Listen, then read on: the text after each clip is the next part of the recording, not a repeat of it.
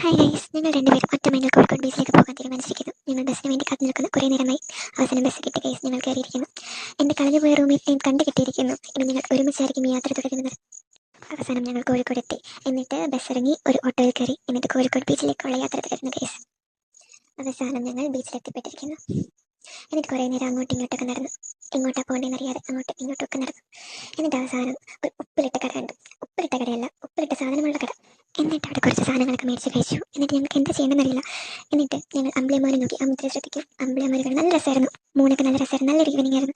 എന്നിട്ട് കുറേ നേരം വേവ്സ് ഒക്കെ കണ്ടു. എന്നിട്ട് ഞങ്ങൾക്ക് ഭയങ്കര വിശന്നു.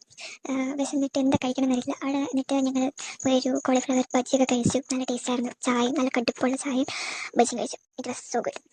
എന്നിട്ട് ഞങ്ങൾ തിരിച്ചു വരികയാണ് ഗൈസ്. ഇതാണ് ഞങ്ങളുടെ ബീച്ച് യാത്ര. ഞങ്ങൾ തിരിച്ചു പോകുന്നു. അതാ ബസ് സ്റ്റാൻഡിൽ 1 മണിക്കൂർ കാത്തു നിന്നു. അവസാനം ബസ് കിട്ടി ഗൈസ്. ഞങ്ങൾ തളർന്നു പോയി ഗൈസ്.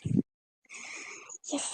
എന്നിട്ട് ഞങ്ങൾ ബസ് ഇറങ്ങിയിട്ട് ഞങ്ങൾ ഒരു നല്ല അടിപൊളി മാഗി ലൈം ജ്യൂസും കുടിച്ചു. വയറ് നിറഞ്ഞ് നല്ല വിശപ്പായിരുന്നു ഗൈസ്. ഓക്കെ, ഇതായിരുന്നു ഞങ്ങളുടെ ബീച്ച്.